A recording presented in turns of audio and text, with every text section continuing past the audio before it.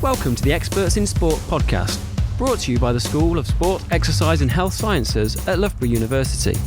This podcast seeks to bring together the worlds of academia and professional practice.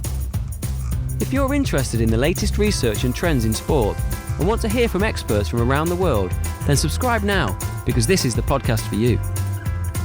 I'm your host, Martin Foster, Applied Sport Management Lead at Loughborough University. Today we welcome back Elisavet Manoli. Today Elisavet's here to continue her previous podcast where she discussed mapping corruption in the EU. If you haven't already heard it, then I'd highly recommend listening to it before you continue with today's podcast. Today, Elisavet's going to tell us what is being done about corruption, detailing the four main responses from governments and sports organisations and how these responses have affected corruption. Finally, she'll provide us with some recommendations regarding what can be done to tackle corruption. Hello Martin, hello Elizabeth, welcome back to the studio. How are you doing today? Well, how are you? Good. Over to you, Martin. Okay, so we met previously and we talked about corruption. Mm-hmm. We talked about defining corruption, what it is, how prevalent it is in loads of different areas. We're going to talk about the responses to corruption. So how have governments responded? In what ways have they responded to corruption? How are they trying to deal with it? Okay, so before we get into the specifics of the governments, there are international responses that we need to recognize, and there's a lot of effort done from the European Commission. This is why this study was also commissioned to begin with. There are international efforts conducted by a number of sport governing bodies, international federations that are being quite helpful in drawing the initial lines and steps on what can be done in the future. And we need to recognize what they've done and, again, their willingness to help.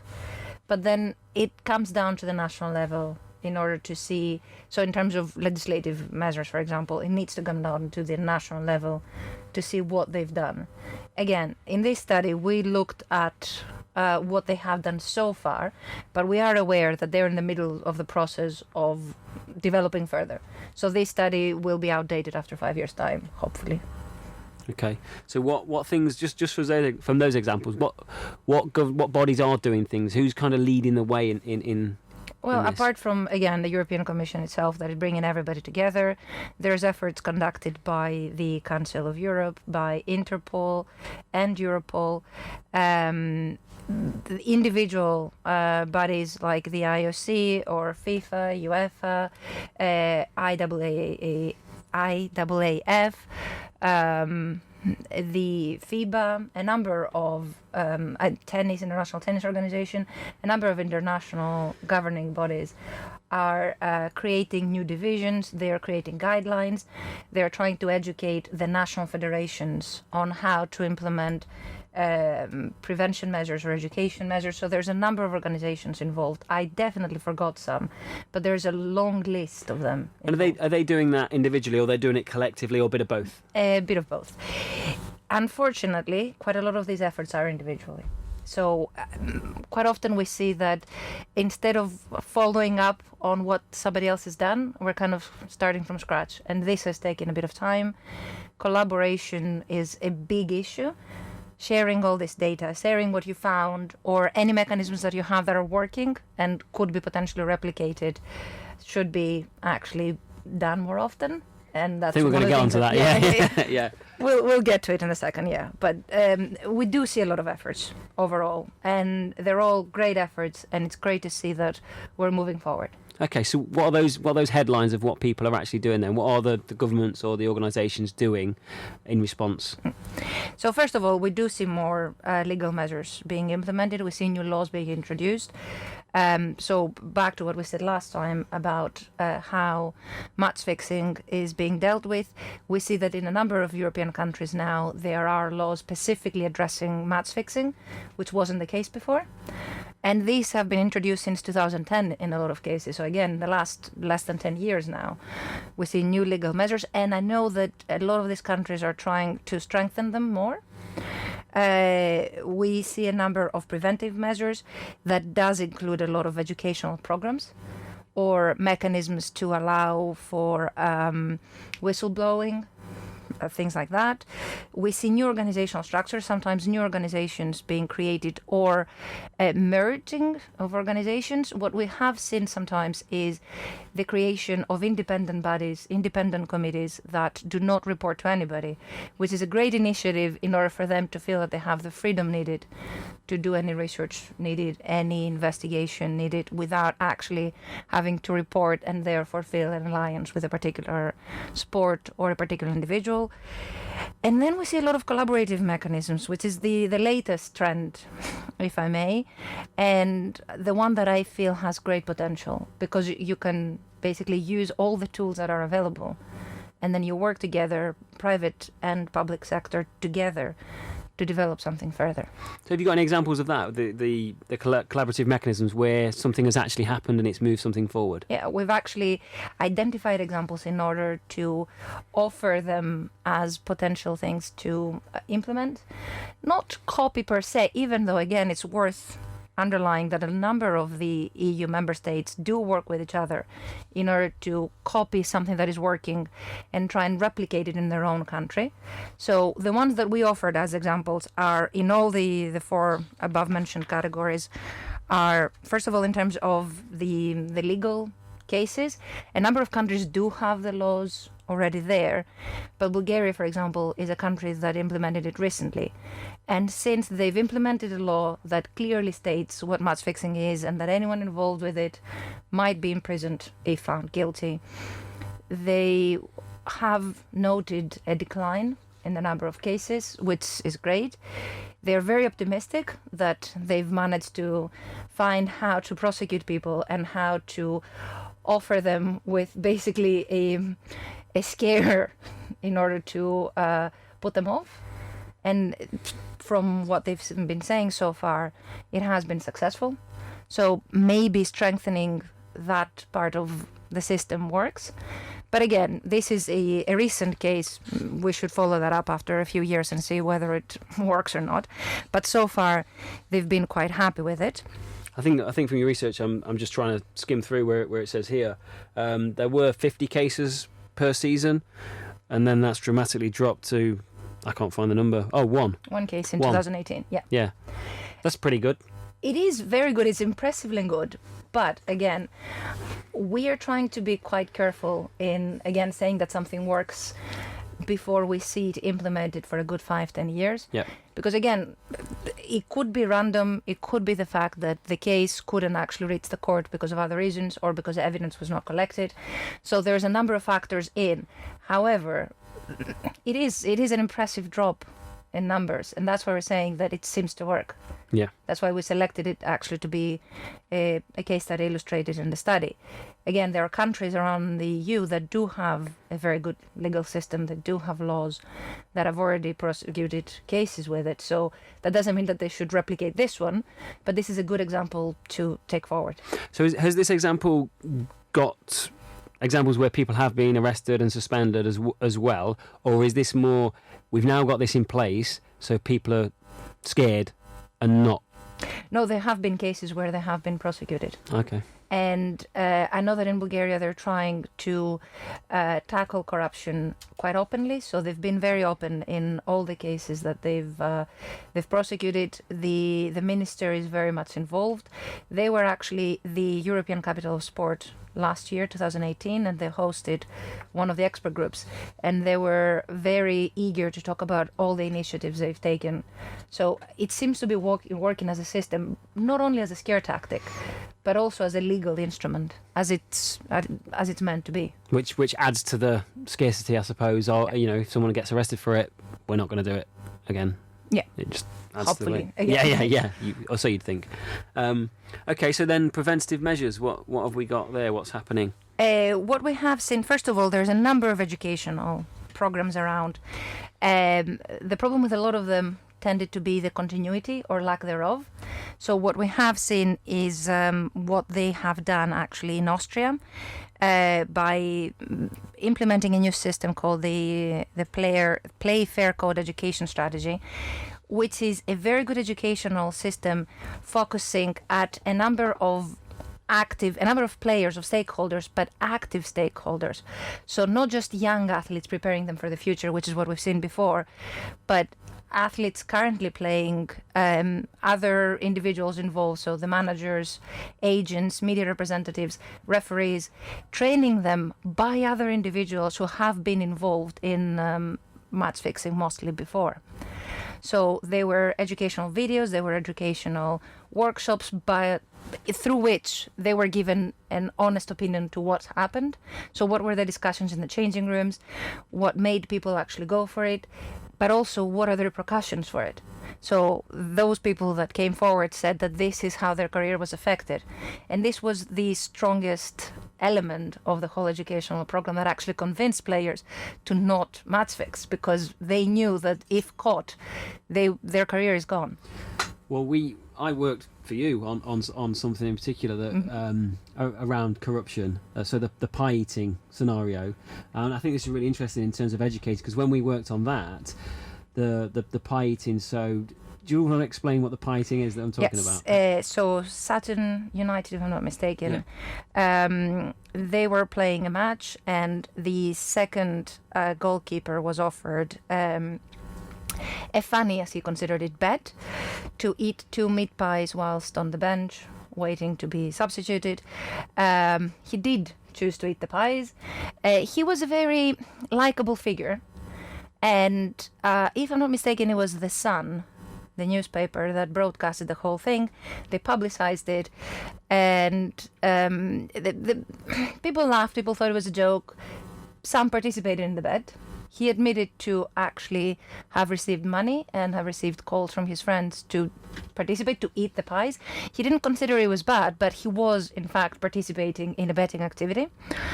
So he was punished by the league, he was punished by the club, he lost his job, which by the way was voluntary, he wasn't even making money out of it. But he participated in a joke, he thought it was a good idea, with, as a result, breaking the rules. And when we did the research around it, I think almost everybody that we spoke to kind of laughed and giggled.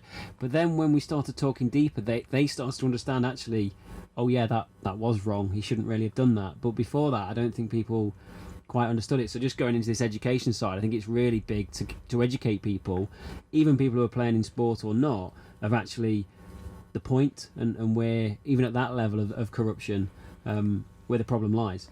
Well, quite often, and it does go back to what we said in the previous podcast, quite often the problem with corruption is how we perceive it. So the perceived severity of it defines how we respond. And there's been some interesting studies on it from the political side of corruption, not from the sport corruption. But what we have seen is that when something is found to be white corruption, most of us will think that they shouldn't be punished, even though, yes, they did abuse their role or power. Their gain is not that much.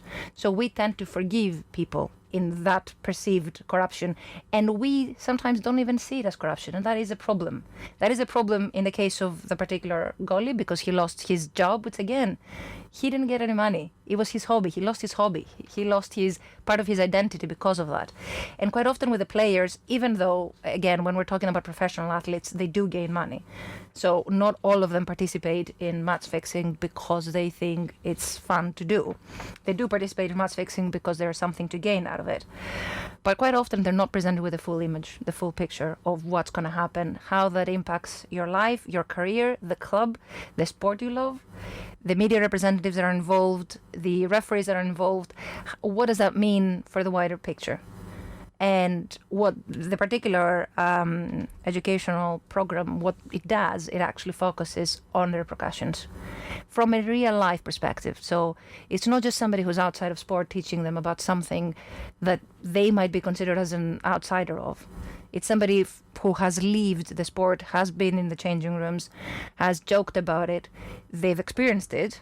They've experienced the punishment of it. So that was taken away from them. And then they can say that it's not worth doing it. Yeah. I think that message is, in football, being around football a little bit, that message is trying to be put through to the youth academies and things like that. It's trying to filter its way through. And I think on all these levels of corruption, I think within football, certainly, the message is out there now. Yeah, and in all fairness, one of the stakeholders I forgot to mention before is European athletes, and I know that they've been doing a lot of work on educating other athletes. And again, they're using professional athletes to do that.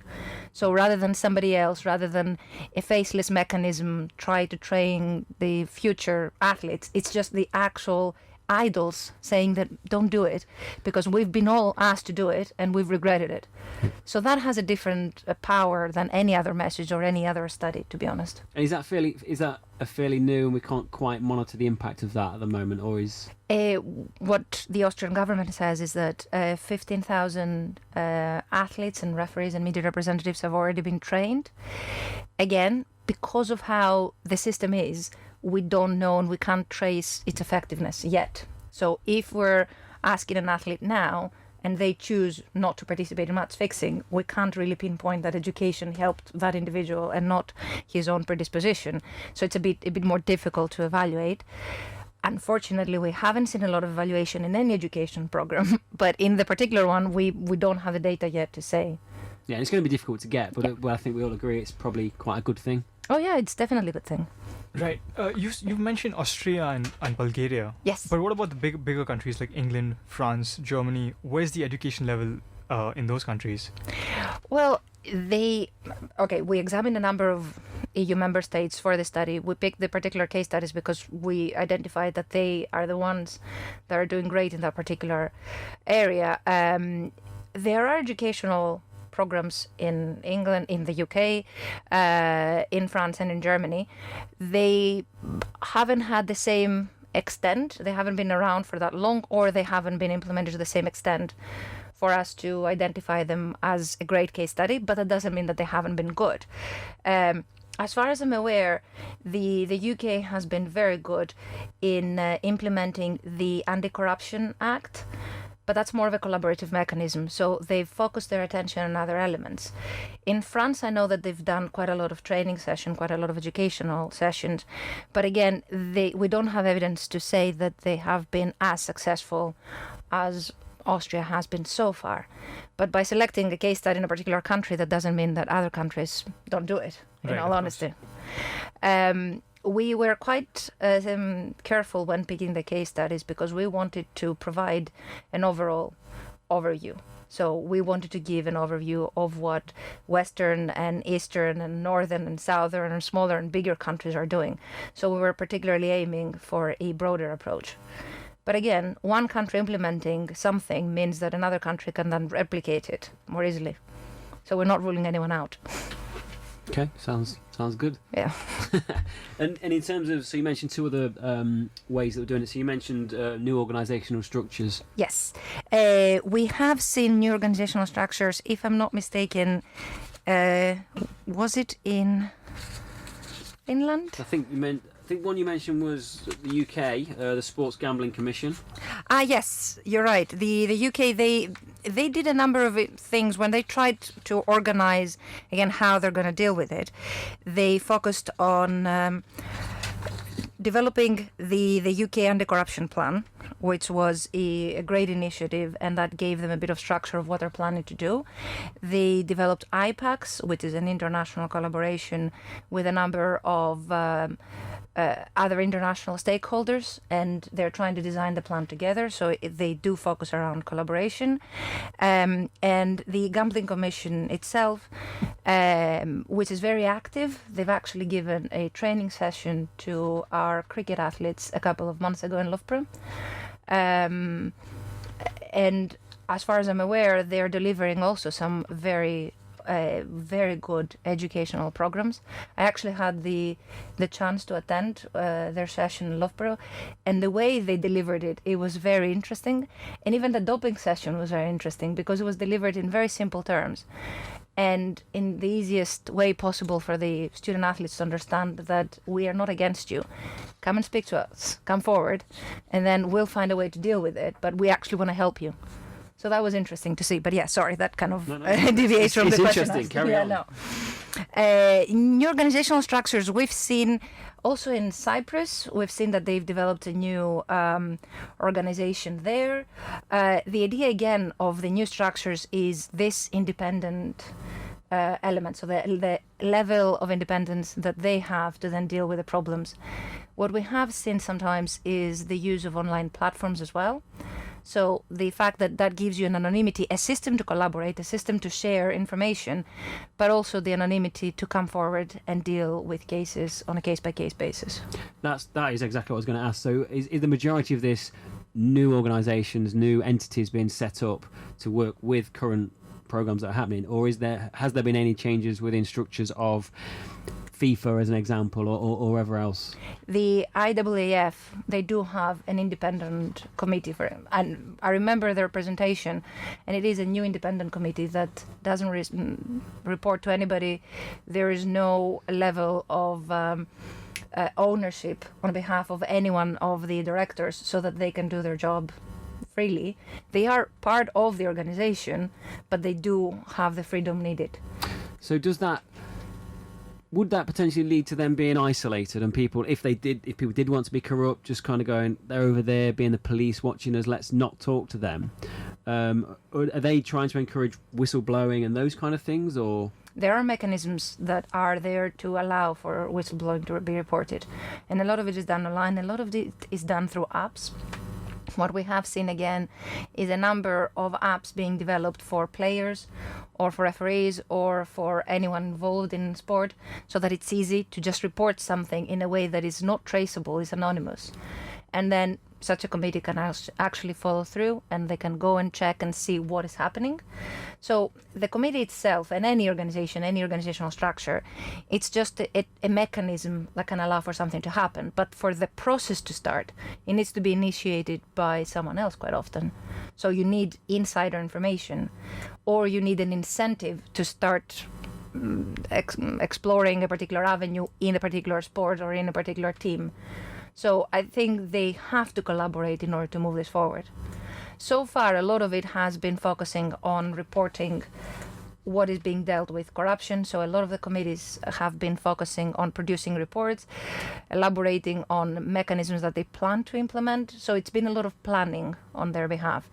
We have seen a lot of doing on behalf of the Italian side, for example, with their efforts to get everybody together and get the public prosecution to work with private organizations and, again, the police and the Chamber of Commerce and everyone to actually see how this mechanism can be, first of all, organized, and then how this can be implemented in a wider scale. But it's just a case study, so we haven't seen something that well designed being implemented anywhere else yet. So what does that look like in terms of collaboration? If we were I know you touched on that case study of Italy. What is the perfect collaboration to kind of try and stop corruption? And I know it's happened since whenever, and we're not going to really stop it, but if we could put something in place that had, multiple stakeholders that could, to the best of our ability, stop it, what would that look like? Well, ideally, again, you have everybody involved. So first of all, you have a system that allows for everybody to have, again, a platform or an avenue to contact each other. So when a case is being detected through a whistleblower or through any other form, you then know straight away who to contact, what to do. The protocol is there and everybody's on board, rather than trying at that point to get everybody involved, to get the prosecution involved, to get the private sector, so the sport clubs and the individuals involved. Everything is done with the push of a button. So a case is being reported, the system is there, it's an online platform if I'm not mistaken, and the moment this is forwarded to the right people, everybody's on it. And the case can reach the court in the quickest time possible. The individuals involved can be identified as quickly as possible, and then everybody's involved in order to see it through. So it's more of a pledge at this stage that if anything is identified, it will reach the final stage with everyone's involvement and everyone's support. They're trying to push it in Italy in the Sport Pulito initiative. They're trying to push it a step further to include a lot of educational programs with young children. So in order to advocate that clean sport starts from young age, starts from everybody. But having that mechanism, having that opportunity to actually progress a case, not only of match fixing, of any case of corruption, having the ability and everybody on board to prosecute it straight away, I think it's something that we haven't seen around Europe yet, because normally they take a lot of time, and collecting all this evidence and getting everybody on board takes a lot of time. Having this agreement that we're all working together is just a huge first step. So when we talk about all, because I know you mentioned before that you can only use cases in this that are out there, and there's a lot of cases that get X, Y, Z down the line, and then they get squashed because of some reason. So who are those stakeholders specifically that we would need? Governments, national governing bodies. So if we had a case study of football, let's stop corruption in football, who would we need at the table to be involved with that? And if we can touch on what involvement, why they need to be there. It needs to be everybody. So we start from the governing bodies of the sport, the national governing bodies, and then the club, the players association. You need the players to be on board, you need the referees to be on board. In a way, you need the media to buy into the idea that we're prosecuting it. We're not trialing somebody on the media, but we're trying to figure out what happened. So everybody needs to agree on this. And then everybody needs to agree that they will play their part as they're supposed to. So when it comes down to the depositions, everybody needs to be prepared to actually explain what happened, even if the terms of the deal are that anonymity will be upheld, which is the case in a number of these cases. That should be agreed from the beginning, but it should be made clear that only after everybody agrees to it and after everybody signs up for it, we can make sure that it reaches the end and everything happens as it's supposed to happen. Would you have governments involved in that and sports betting companies involved in that? The legal sporting organizations are willing to get involved. So the global monitoring system is involved, and they were a member of the expert group as well, and they are willing to help, because again, don't forget, if people bet in legal betting, they're happy. If people start betting in illegal betting, they are unhappy, so they're losing money. Of course they're involved, but that's the point. Everybody needs to be on board, and in a way, if we want to extend it and be honest, we need to be involved. So we, as fans, as football fans, and we're talking about football corruption, we need to keep people accountable for what they do. So if your team, Nottingham Forest, wins anything as a result of match fixing, will you be happy about it or not? Is this an honest question? This is an honest. I think he would. No, but this is an honest question. I'm answering it seriously. I don't know, and that sounds ridiculous. And, in reality, sitting here thinking properly about it now, of course you wouldn't want to be involved in anything like that. But if there was one game and there was massive suspicions that it happened, but it just so happened we got in the Premier League, would I be happy? I probably would, and that's really bad. No, but that is the problem. Honest. Yeah. It is honest, but that is the problem. Everyone who's actually not holding the other person accountable is to be responsible. And again, we don't hold the same level of responsibility. You don't hold the same level of responsibility as somebody who's been threatened to fix a match or somebody who's fixing a match.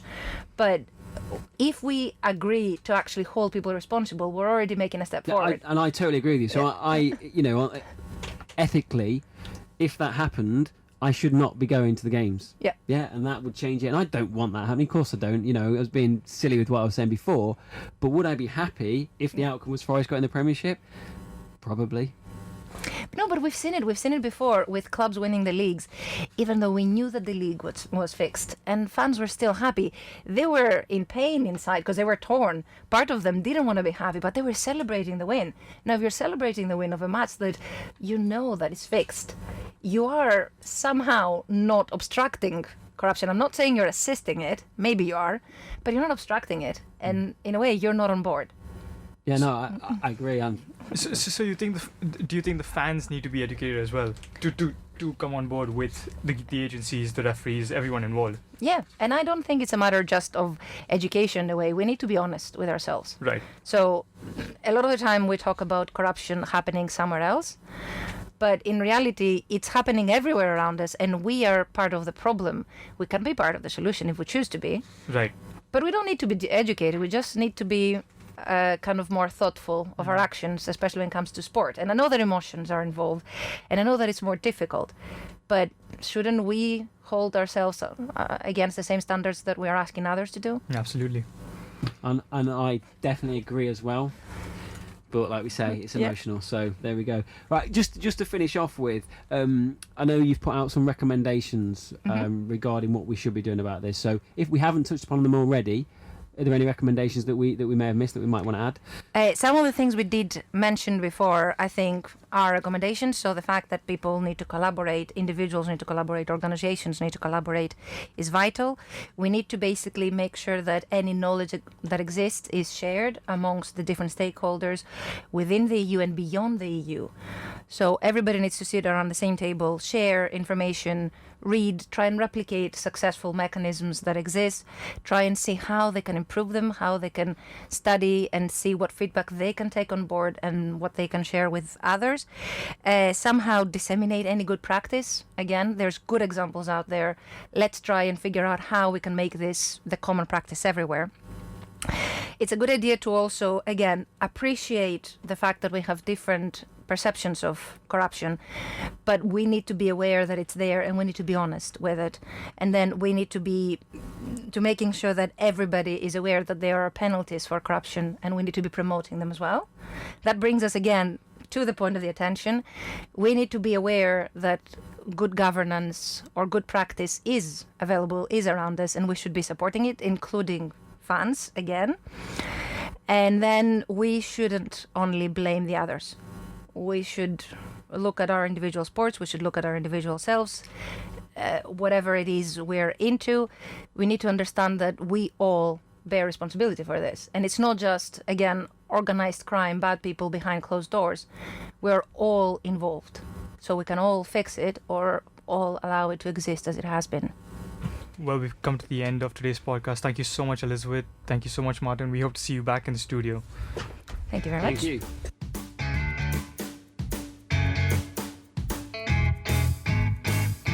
Thanks, Elisavet. Thanks for giving us a great insight into countries and sports organisations and what they're doing to help prevent corruption.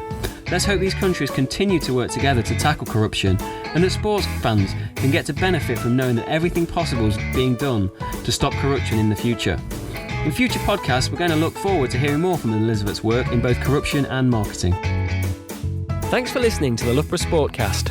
If you want to get in touch and let us know any subject areas or experts that you'd be keen to listen to, then contact me, Martin Foster, on m.foster@loughborough.ac.uk or tweet me at martinfoster82. Bye for now, we'll see you next time.